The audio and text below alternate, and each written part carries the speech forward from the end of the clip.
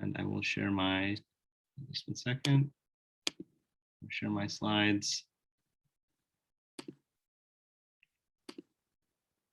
Sorry, 1 second, technical. It's ready. Yes.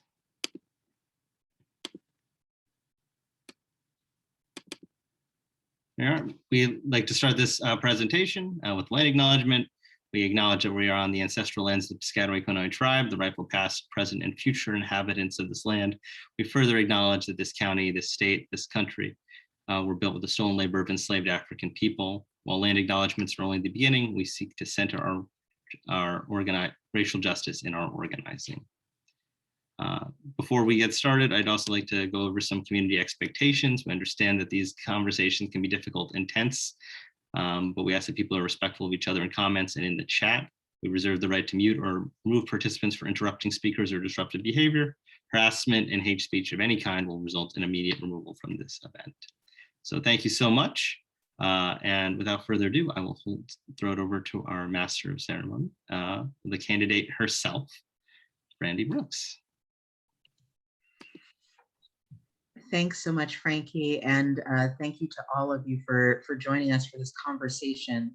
One additional piece of housekeeping that I just want to make sure to let folks know is that we do have a wellness breakout room that is available because these are difficult conversations and we can experience triggers around conversations related to mental health.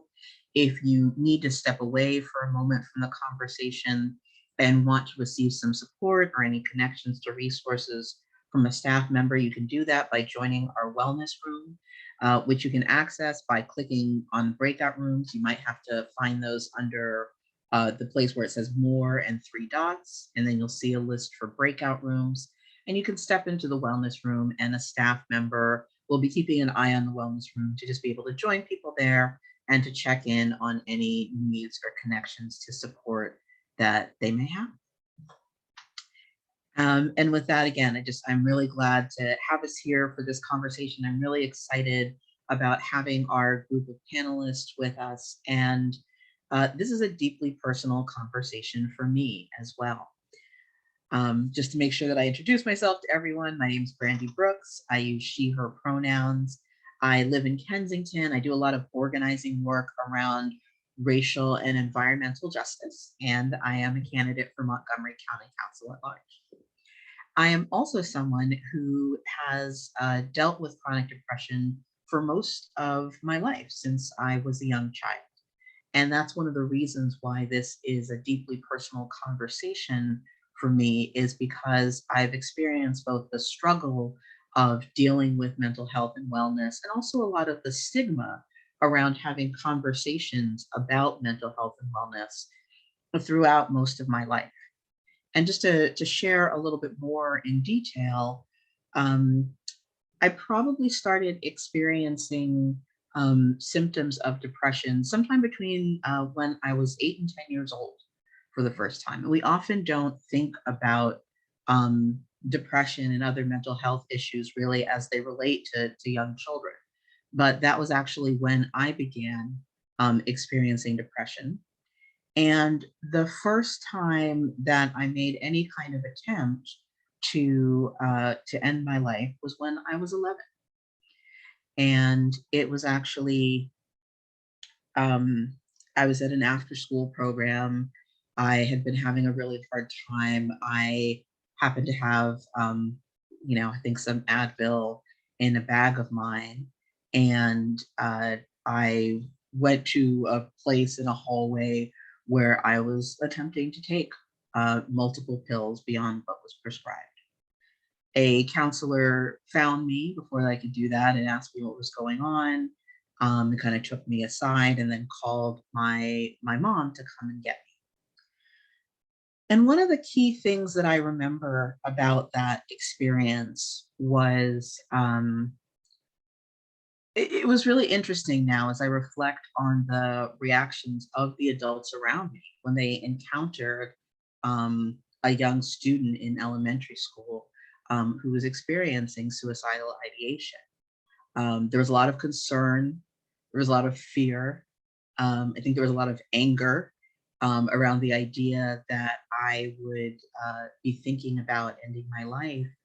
But one of the things that I didn't experience was a lot of supportive resources around what I could access as a young person to be able to address the fact that this was how I was feeling, and that I was struggling so much that this felt like a viable option for me.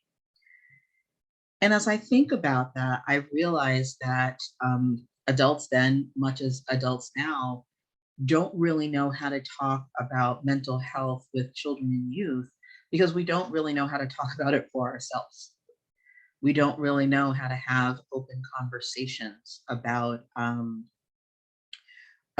own mental health, about struggles that we may experience. We don't really know how to have conversations about what the options for support are. And there's still a tremendous amount of shame around this topic in our communities. This particularly, I think, hits communities of color a lot and immigrant communities a lot, with shame around mental health and wellness. But it's something that I think we experience across the board in our society. And I know that for myself, this is my second time running for office. I was still experiencing that shame and that stigma so strongly that it was something that I didn't want to talk about in my first run for office for fear that people would then view me differently and view me as less capable of leading, because these were things that I struggled with. And so it's felt very important for me in this campaign to create a different kind of space, more of the space that I wish that I had had as a child, and certainly the space that I wished that I'd had in my last campaign, to make sure that we are talking about these things openly, removing the stigma, and actually much more effectively creating the supportive resources that we all need in order to ensure that we can care for our mental health and wellness. So I really appreciate you all joining us for this conversation, and I'm very, very thankful to have a tremendous group of panelists who are going to talk with us about some of the ways that this is showing up in our community. And so without further ado, I want to introduce our group of 4 panelists, and if we can add them all to the spotlight so folks will be able to see us as we chat with one another. Our first panelist is Amare Mbongo.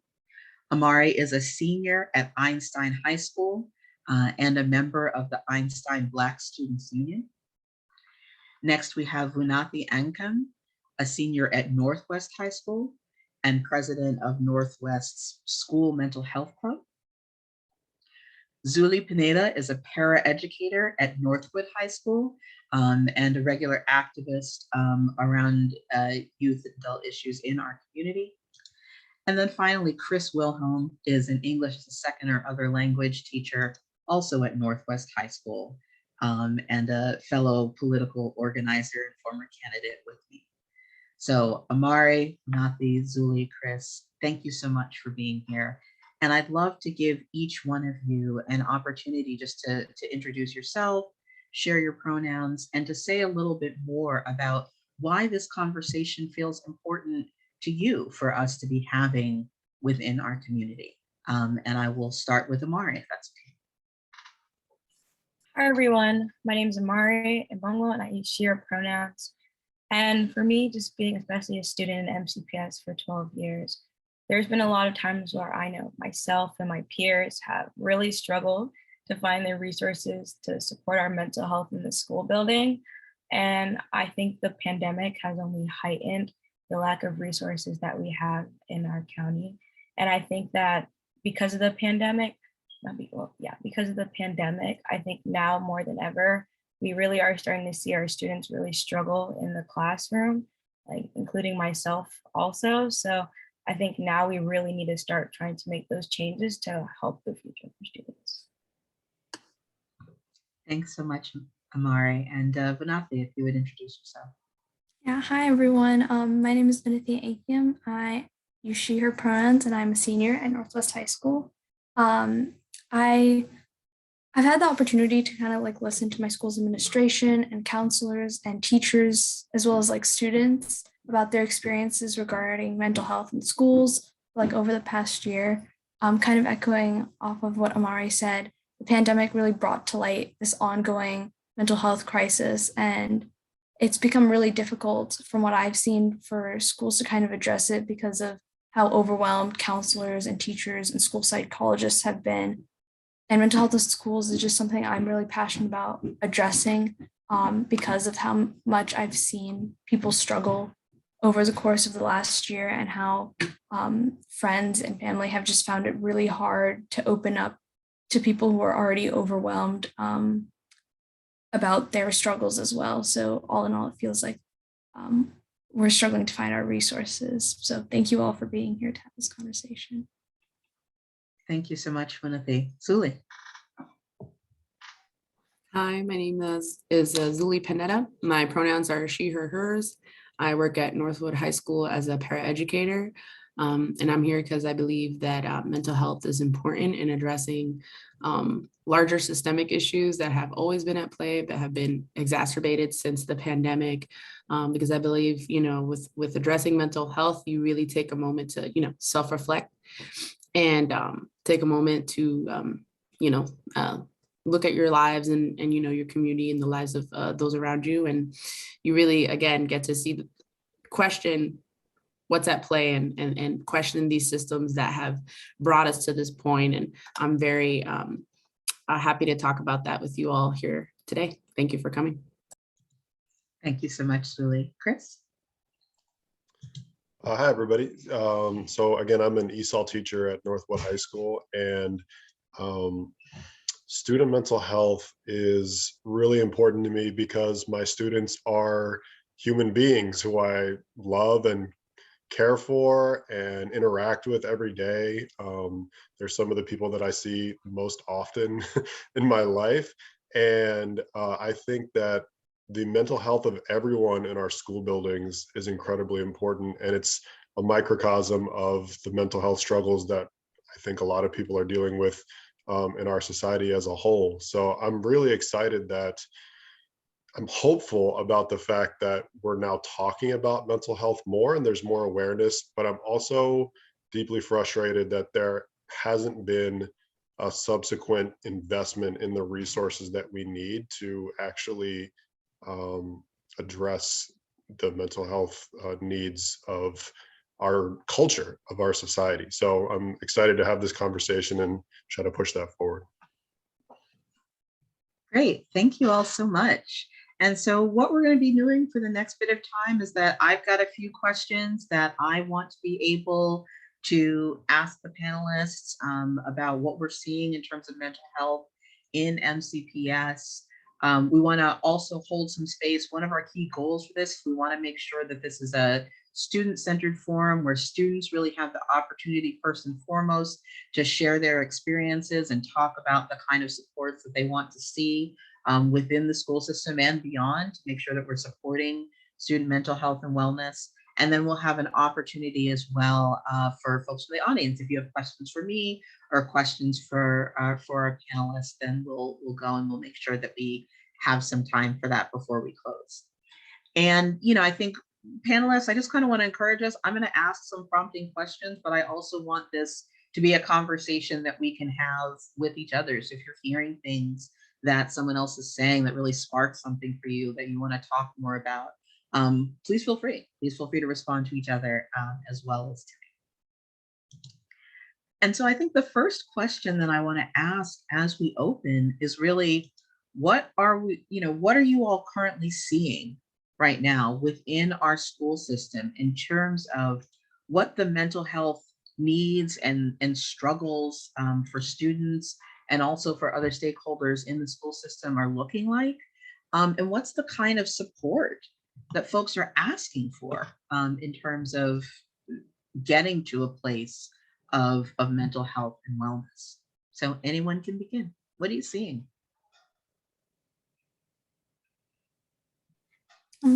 I could go first. I guess one thing that I've noticed just with like working with other people or just like talking to my friends, there's like a lot of burnout right now among students of just like being very overwhelmed with schoolwork and having to deal with just everything that's going on and coping with what's happened in the last year and what's still going on, as well as just like, I think there's like a lot of grief as to what happened. We never really had time to like kind of grieve what's happening and kind of like understand and take time for ourselves, because we kind of just jumped right in from virtual school to in-person learning. And so I think a lot of things that I'm currently seeing isn't necessarily like tutoring help or something like that, even though a lot of kids like want to go and get like tutored, they probably need to, they don't, because they just feel so overwhelmed. And it's not necessarily that they don't have resources to finish their assignments, rather they don't have support for mental health to get them to a place mentally where they can commit time to their schoolwork, because everything's just really like overwhelming. And I think some of the resources that people are trying to look for is just support amongst peers, support from students, support from teachers. And it's become very hard, because even from what I'm seeing, like when we go to a teacher, they're often overwhelmed on their own, probably with how much grading they have to do, how much pressure is coming from their administration, and they can't really commit the time to each and every student to give them the support they need.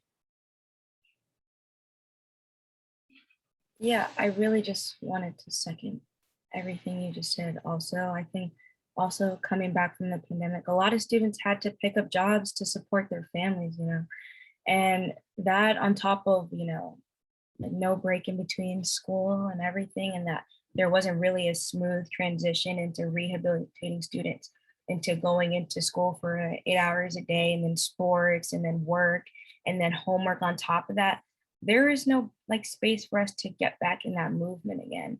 And I think students are really struggling to kind of find this space where they can like de-stress and kind of, come back and recollect themselves and keep moving forward.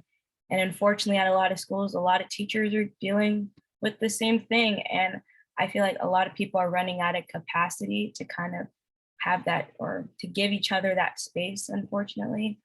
And I think even some of the little things, like even an extension on an assignment, can be a support that we can need. And unfortunately, like it's just not there because of how overwhelmed teachers have to be with putting in grades in the grade book at a certain time. Yeah.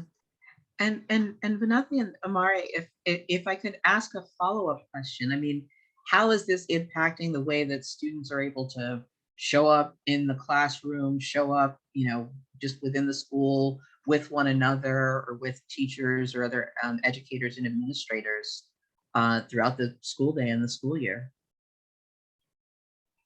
I think the classrooms have gotten a lot quieter over like the course of time. I think at the beginning of the year, we're kind of excited to be back, but now it's kind of settled in a bit. It's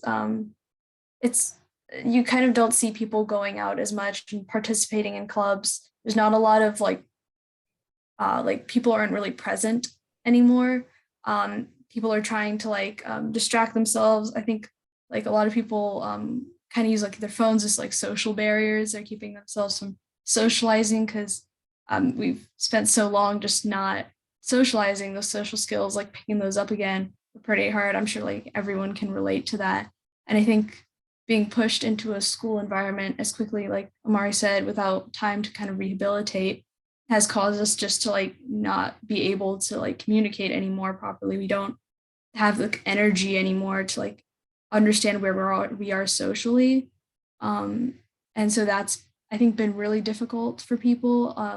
And relationships have changed as well over the course of the pandemic. People's relationship with their teacher, people's relationship with other students. It's really been impacted by how distant we were in the pandemic. So kind of coming back to this environment where it's just so crowded, so overwhelming all the time. I think a lot of students are really feeling the pressure to participate and like achieve, but there's just like so much burnout that they can't reach that standard. And I feel like a lot of people are giving up right now without that support. Mm-hmm. Yeah, and also I know I've spoken to my school principal about it, and our school is seeing really low attendance recently because students just don't have the capacity to show up to school every single day, every single week. Like they're tired, they're burnt out, and I think also we're all becoming a little impatient with each other. And I think that's affected a lot of the relationships like students have with each other and their teachers, you know, like with everything they have to deal with and no space for a break or anything, you know, you kind of sleepless and they're losing little patience with each other. And unfortunately, that can escalate really big in a high school with a lot of growing teenagers. Yeah, actually, I remember, I think the first public event that I went to after we kind of started coming back together in 2021, and just how like tense and weird I felt being back even in the presence of other people after, you know, a year of treating people who were closer than 6 feet to me as like a mortal danger. And you don't, you know, we didn't really prepare and say, okay, how are we going to prepare ourselves to be in proximity to each other? And this was an outdoor, you know, masked event where we could stay socially distant, as opposed to the school setting where so much of that is so different. Chris and Zuli, what are you seeing from the perspective of educators? Yeah, I can take that first. So I just remember, you know, the school year starting, you know, post having Zoom school for a year. I remember within the first or second month, every single person, like from a staff perspective, was just burnt out. And we had never experienced that before, ever. It was so soon. And also, I think, you know, part of the things that may have contributed to that were, you know, Zoom school at the time, the standards were laxed. It was a 4-day week versus a 5-day week, school week. It was a 5-hour, you know, school day versus a 7-hour. And then immediately the state and all the pressures that be putting this rigidity back into, you know, let's get back to normal, right? Even though clearly the world has changed, right? Drastically. And they were given the same prescription. Well, we need to get standardized testing out. We need to, you know, let's get back to it. And this pressure, right, to do things in this rigid structure, the way we've always had, definitely contributed to that early burnout. And it was felt from like, I just felt it all over. It was this like, you know, I don't know how to describe it, but it was in the air, you know, from the students to the staff, we felt this just exhaustion and we just couldn't get a break, right? Nope, now we have to do this next one. And now there's this other test and there was just no break. And, you know, before the pandemic, the students never really had that support anyways, right? Like teachers had to give up their lunch if they needed extra support or help if they missed something. Like our schedules were not geared to support the students the best we can. You know, minus all the mental health issues and exhaustion and all these other barriers, right, that prevent students from trying to get that extra help. So that's just from a staff perspective on how, you know, difficult it's been to just operate the same way we've been operating pre-pandemic and the real transformational changes that we're going to need to really support the students the way we want to, because like Chris said, you know, they're human beings and we want to build connections with them and we want to support them every way they can so that they can be successful, right, members of the community. And it just we felt really ignored from, you know, because there was a lack of planning and a lack of leadership at the beginning of the school year to really, and a lack of insight and thoughtfulness that was missing that really contributed to that burnout, unfortunately. Yeah, thanks, Zuli. Yeah, I feel like Vanati really hit on something when she was talking about the interplay between kind of the working conditions of teachers. And we talk about this a lot within the teachers union and within our profession, that our working conditions are the students' learning conditions, right? So, you know, when I would say before the pandemic, the function of our schools was held together by those personal relationships between students and between teachers, right? So we would take those extra time during lunch to just talk to students or to support students, or, you know, students were able to meet their mental health needs through clubs and things like that. And during the pandemic, when we've come back to school, all that kind of glue that was barely holding the system in like a functional place has just dissolved, right? And we're still trying to make it work, and students and staff are still showing up and doing their best under the circumstances. But I think that it's just laid bare, that the conditions in our schools are not ideal for anybody who's there, either as a student or as an employee. And I think it just really, it calls us to rethink how our schools function. For example, in some school systems around the world, teachers spend 50% of their time in classrooms doing instruction and 50% of their time either collaborating with colleagues or supporting students individually or leading extracurricular activities, right? And in MCPS, it's more like 75 to 80% of the time we are in the classroom with students. So that just means that there's very little margin for us to do anything else with these young people who we're supposed to be supporting, right? We're just, like Vinati was saying, there's so much pressure to be teaching and grading that those extra minutes that we could use for social interaction and for other types of support are not there. And it's really, really affecting how everybody feels in the building. Yeah. And I'm wondering, Chris and Zulie, as educators, how has this changed the nature of your relationships with your students?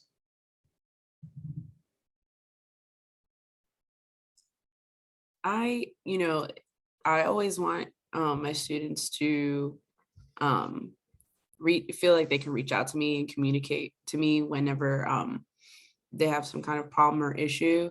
And Northwood, we are very blessed and lucky to have a wellness center.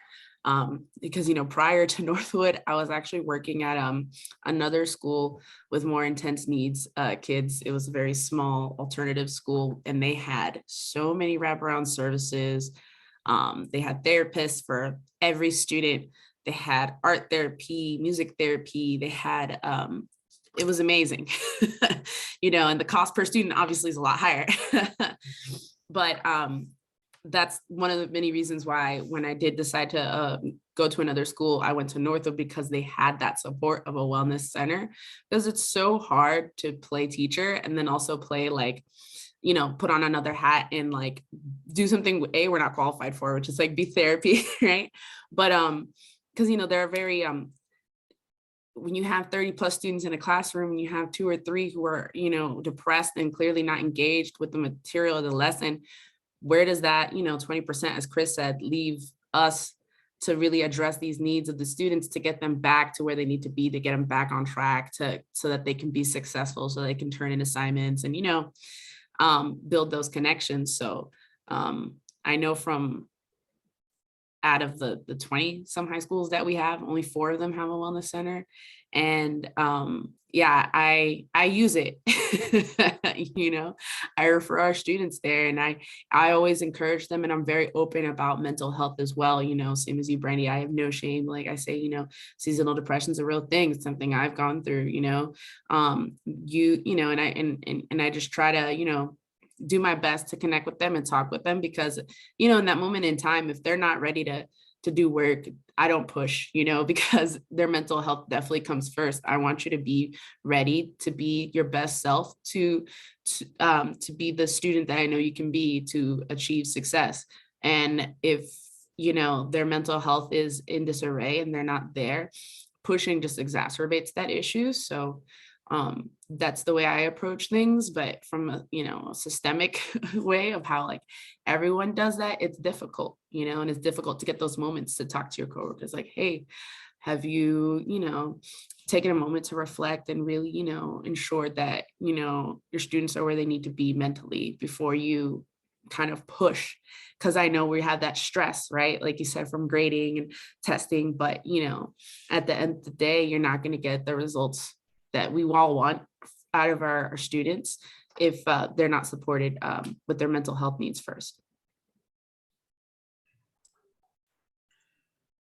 Yeah, I would say that I've always been a teacher who has focused a lot on building relationships with students, and almost to an equal degree as as delivering a curriculum, because I think it's that important, and it enables me to enjoy my job, and I think also help students show up to my room motivated and feel like it's a place they want to be.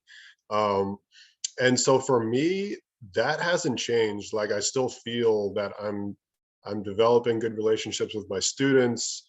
They enjoy being in my class, but I think for a lot of educators, like, I just happen to be in a situation where I'm teaching classes that I've taught before. Like, I'm not doing a ton of extra planning outside of what I would normally be doing, but that's just my situation. Like, an elementary school teacher or a high school English teacher who has 150 papers to grade if they assign one paper, those kind of pressures are just becoming too much for people right now. And so I'm counseling my colleagues.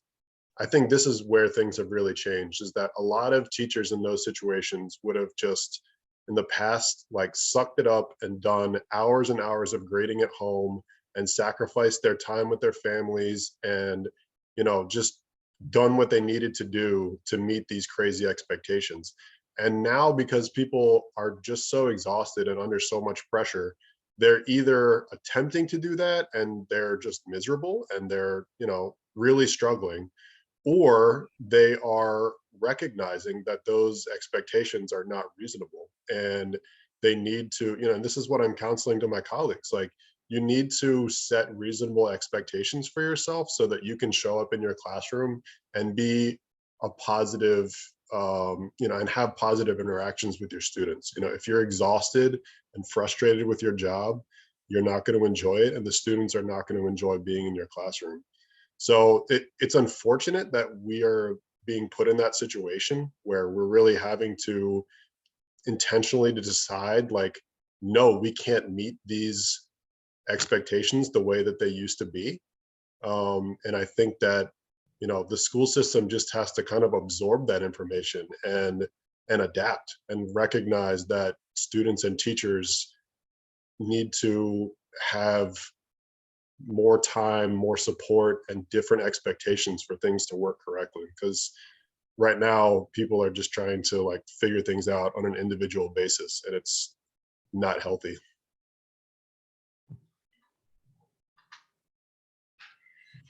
Yeah, so it's interesting. As I'm hearing you all talk, I'm hearing a couple of things that are really striking me. I mean, one, the acknowledgement that we didn't really have good systems even before the pandemic, and that in some way, not just around mental health, but a lot of the ways that our school system was holding itself together and navigating around its daily challenges was based on just people's sort of relationality and ability to fill in the spaces where real supportive structures would be. I'm also struck by what all of you have said in different ways about there not being any real preparation or discussion about what these transitions are looking like, how they're impacting people, where folks should go. And then these experiences of people realizing that they are struggling, realizing that they are potentially in crisis, and trying to figure out how to voice that, trying to figure out how to seek out resources. So what's happening when folks are saying, okay, wait a minute, I need resources, I need support, something about this has to change? What's the response that we're seeing for students? What's the response that we're seeing for educators around their mental health, or around ways that they want to support students?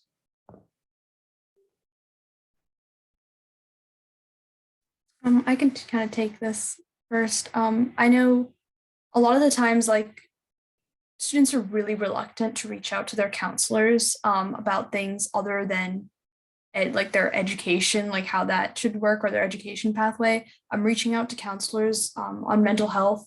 A lot of them feel like they don't have a connection with their counselor, again, with how many kind of months we've lost with them.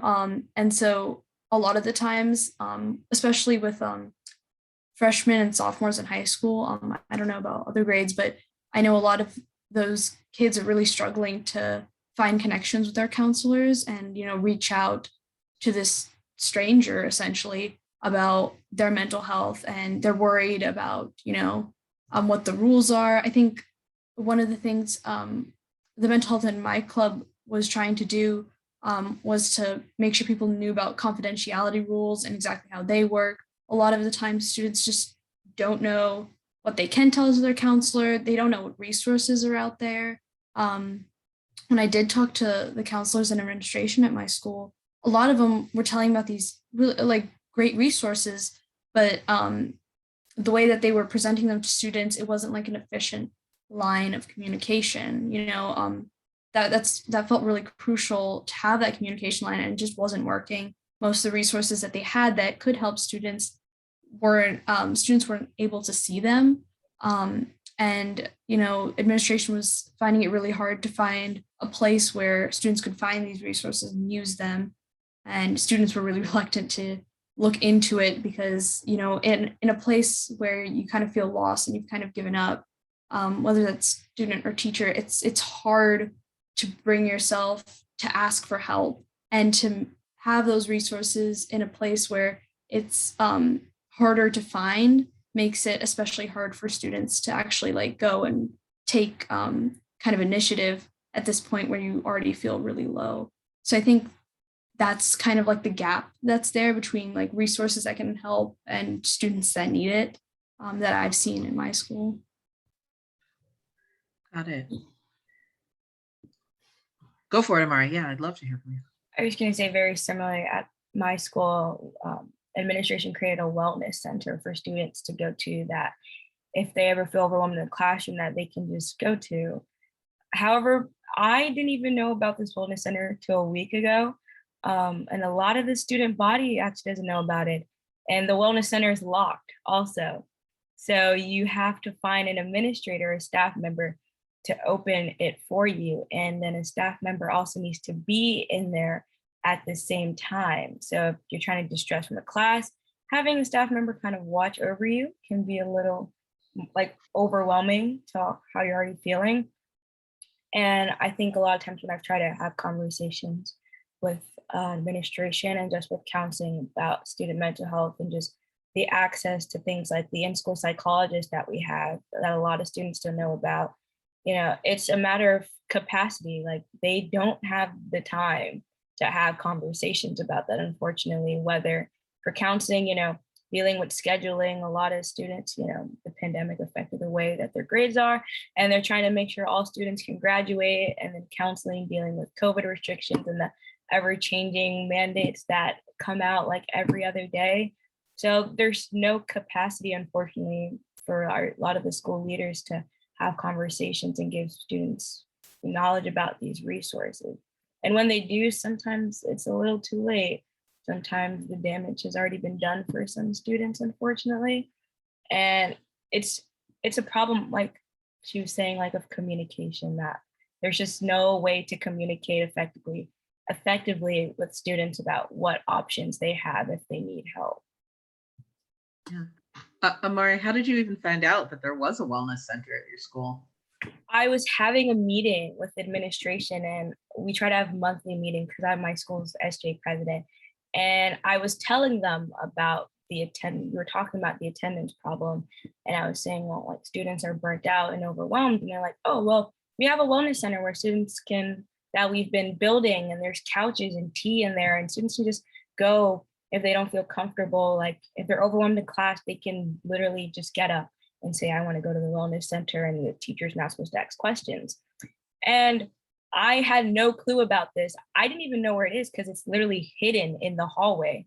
And a lot of teachers didn't even know it existed either. And they didn't even know that was a rule that students could just be like, I want to go to the wellness center and go. And when I told my friends about it, they're like, that sounds like an amazing thing for us to have. But I had absolutely no idea that even existed. Yeah, and I just want to like piggyback off of that real quick. My school doesn't have a wellness center, but no one really knew we had a school psychologist. And the only reason why I found out was because I wanted to run a mental health club. And so she like ended up being like contacting me, and I was like, wow, we have a school psychologist. And then also like we have a counselor website where you can like can find like all the counselor like information, and you can contact your counselor, and it's like a really cool thing. But I only found out that we had it and where it was because I was in a room full of counselors that I was like a student representative that was speaking to the student experience to the counselors. And they were like, oh yeah, we have all these resources. They could just go on the website and find it. And I was like, but like it was so hidden. And I like didn't really know it existed until I was told. And so every one of my friends, when I told them about it, they were like, oh, I've never heard of this before. And I'm a senior, and it's just really sad that, you know, up till this point, I didn't even know these resources existed in my school. Yeah, and I do want to highlight this because both of you have mentioned it. I mean, both of you are, highly active, whether it's in your student government, starting clubs. You've been at your schools for 3.5 years and are just now finding out, mostly by accident, that these are resources that your schools have. And when I think of the thousands of students who are, in your schools who are not, getting this engagement or happening to be in these meetings, it's kind of terrifying. I mean, when you've asked administrators, what's going on with the communication, like what's going on with getting this to students, what have they said? Unfortunately, at my school, administration has put a lot of that on the SGA, which I think is crazy, but they kind of put it on the responsibility of SGA to get that information out. But, we're also students, and I only know as much as our school administrators tell me and my other officers. So I can't tell students about information unless, I know about it. And if they don't tell me, then how am I supposed to spread to other students? And I think also putting that responsibility on students is another stressor in itself, to get students to spread the word about this when, staff, it's also something staff members need to know, because the Wellness Center is also open to staff members. So that's also another important component that I didn't understand, that it was more like the students' responsibility. And I guess whatever staff members found out about it, they kind of spread the word, that they weren't planning on doing any big official announcement of it. Yeah, and I think for administration, for me, I mean, we've contacted them several times, me as well as like a few other leaders in school, and a lot of it is promises to increase engagement and increase communication, but there's just no, after those statements are made, there's just no follow-up, or they're trying to, and it still isn't working. And I think a lot of it is because of the overwhelming need of focus for COVID-19 and like those procedures and everything that's happening there.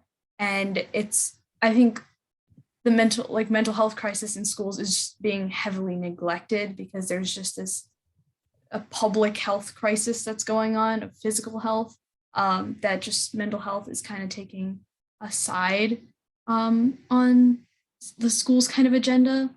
I think, like Amari said, SGA is tasked with a lot of the outreach to students, but their reach is really small often. We're a really big school, and the SGA can only contact like the immediate kids that are also involved, also other student leaders, and it's just I've seen it's just become like a big group of kids who are student leaders and constantly engaged, and they're the only ones with this information. And oftentimes administration only talks to student leaders, and that's often not enough representation, because these student leaders, the most active people in the school, they're the most engaged, they're the oftentimes like the most high achieving students.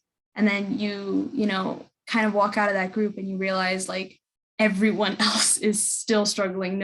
Those kids aren't getting any resources, they're not getting any information. It's really hard to see. Yeah, Chris or Zuli, anything sparking for you as you're listening to this conversation and what's happening for students when they are seeking support? Go ahead, Zuli. No worries. I was just gonna say, it just sounds like So, all right. let me go from this. So like working in the school system, I've been working for MCPS for like 7 years now. And even as a student, I remember thinking, you know, as a student in MCPS, like, wow, admin needs to do better to communicate. I'm frustrated with why things aren't going this way in the school. But then, you know, now working for the system is a lot different. You get a different perspective on things, right? And so I know MCPS always has really good intentions. They want to do wellness and mental health initiatives. They want initiatives they want schools to initiate more practices around restorative justice. They want mindfulness practices implemented, and they're so implementation focused, but they didn't like, where's the money for it? Where's the time for it? Where's the staff for it? Right. And it's really, admin is the one that feels the pressure, right? Because it comes from the top down. Admin, all right, principals, all right, administration, let's get it. We need these numbers up here. Our students are feeling the mental health pressure. How can we get these numbers up? How can we get our students to get, because we need good grades. We're the largest school system in the state. We need X, Y, and it's like, but where's the money though? But where's the paid person to run this wellness center, right? All day, so that it's not locked, so that other, you know, staff members can, and you know, where's the time in the day that, so that as a school, at all staff members, not just teachers, right? Administrators, instructional support are aware, A, that this exists, and that B, this is how it works, and that C, that you can use it too. Like, there's just this like habit of wanting to, yeah, we want to do anti-racism, so implement it, let's do this. But there's the lack of money and resources that always frustrates me now that I work for MCPS, right? That now that I'm in these leadership roles at the school, I'm aware of, and then I'm like, so I've like, personally, I've stopped pointing at like admin and I point to MCPS and I'm like, what are you doing? You're not setting us up for success, you know? And so that's my 2 cents. Sorry, I wasn't sure how to phrase that, but that's the frustrating part. Thank you. And I mean, we want to support this being a space where people can speak honestly about what this experience is like, because I think so many times we're all trying to be like careful and navigate and not make anybody feel uncomfortable. But in the meantime, people are in growing levels of crisis. And, and I want to highlight that part of the context we're in is that those crises are resulting in incidents of extreme violence in our schools as well, because of how unsupported our young people are. And so, from my perspective, and one of the reasons we wanted to create this space is that we need to stop being so careful about not, like rocking any boats. Like this is a very leaky boat where we all might be sinking together. So we got to rock something. We got to do something in order to really shift this. And Chris, I didn't know if you had any comments before. I want to also make space if there are any other students in attendance who may want to share a little bit of their experience as well. Chris, I didn't know if you had a final thought you wanted to share. No, I was going to basically say the exact same thing as Uli, is that I really feel for our administrators, because they get these directives saying, deal with mental health at your school. Like they're being told, oh, mental health is a problem at your school. What are you going to do about it? Like they have lots of extra time and support to be doing extra things outside of what they were already doing. So, the responsibility for this, when it comes down to it, it is on elected officials, because the elected officials in Annapolis and Rockville are the only ones who can raise the revenue to hire staff, to create the physical spaces and the human beings who can deal with these issues. We can't just tell the people who are already doing their jobs to do 5 more things. That doesn't work. And that's what's happening right now. So the responsibility for this is on elected officials to not just say we care about mental health, but to step up and make tough decisions and investments in the things that are going to help the situation. Great. Thank you. And I want to pause here. And I know we're beginning to see some questions in the chat from folks who are in attendance, and I'm excited. We're going to circle back to those and make sure that we can incorporate those into our question and answer period. But I also want to make space because, again, we really want as much as possible to lift up and center student voices and what we're hearing from students as our primary stakeholders in our education system, about any experiences that you may want to share of what you're seeing in your school, of things that that you may have been experiencing. And so what we're going to do, we're going to stop the recording portion of this. Nope, that's not supposed to happen. Well, Yep, I do think we want to record this part. So. Okay, we can record this part. Fine, that's good. I don't mind being recorded. But yes, please stay involved. Obviously, these are important discussions that we've had. Outline the need for resources and pairing, moving from just sharing out, which is super important.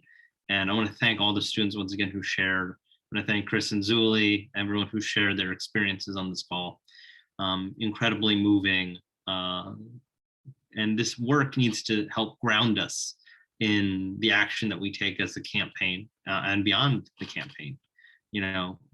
This work doesn't end on election day. In many senses, it just begins again in many senses as we continue to push it forward. So but we're not waiting till election day either. We want to set up this working group. Students who weren't able to join today have suggested that we create a working group as well. So we have a link at bit.ly/BBPP or Brandy Brooks Power Posse, all caps, mental health. So once again, you can join. Our first meeting will be this Wednesday. So once again, that's in the chat as well.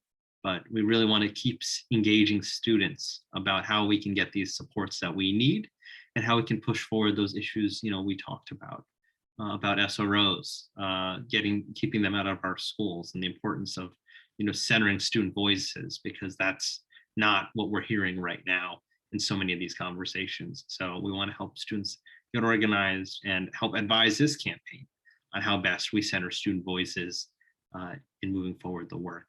So once again, bit.ly/BBPP capital, then lowercase mental health. That'll be in the chat once again. Thank you so much, everyone. And I'll throw it back to Brandy to close us out. Okay. Yeah, so I think the closing thing that I want to reflect on, I shared a bit of my story of dealing with mental health distress as a student. And I didn't feel like the systems that we had were particularly responsive back then. But as I'm hearing and I'm listening to the way that the things that students are having to deal with now, what I'm hearing is even more pressure, even less support, even more of a transition away from things that would support our whole human wellness, that would support us being able to get mental health and wellness, rest and space, and things that help to restore us. And so much of that decision making that has moved us away from even when I was a student, is the result of public policy that has deprioritized really investing in our humanity over this way of just putting more and more pressure on our students, on our educators, on our staff to achieve these outcomes as if, we were all just kind of outcome machines as opposed to actual people.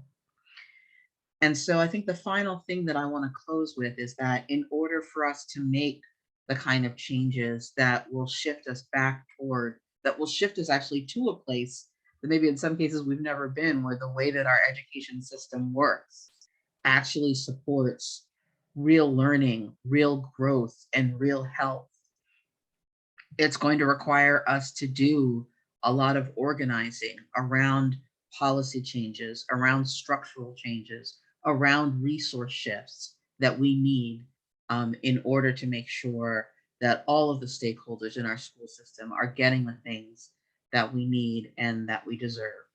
Chris absolutely mentioned this in some of his closing comments, that there are ways that we need to make sure that elected officials, that anyone who's seeking to be an elected official, is really taking this seriously and is really coming forward with responsive proposals and responsive spaces for how we are addressing the things that stakeholders in our system have been expressing over and over again.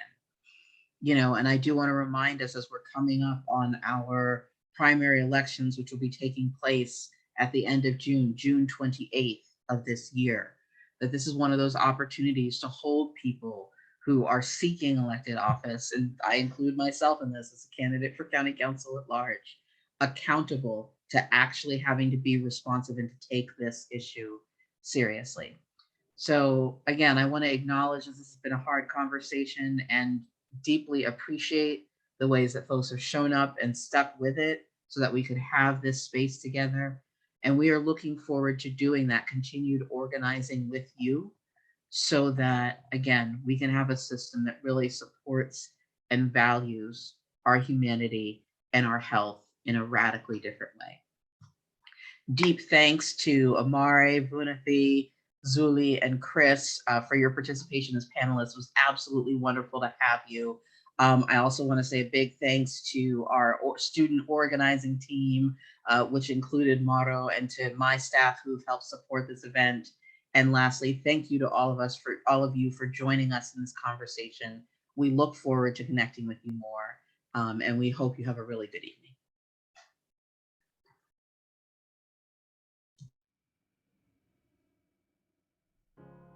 You're broken down and tired of living life on the merry-go-round, and you can't find a fighter, but I see it in you, so we gon' walk it out. Move mountains, we gon' walk it out, and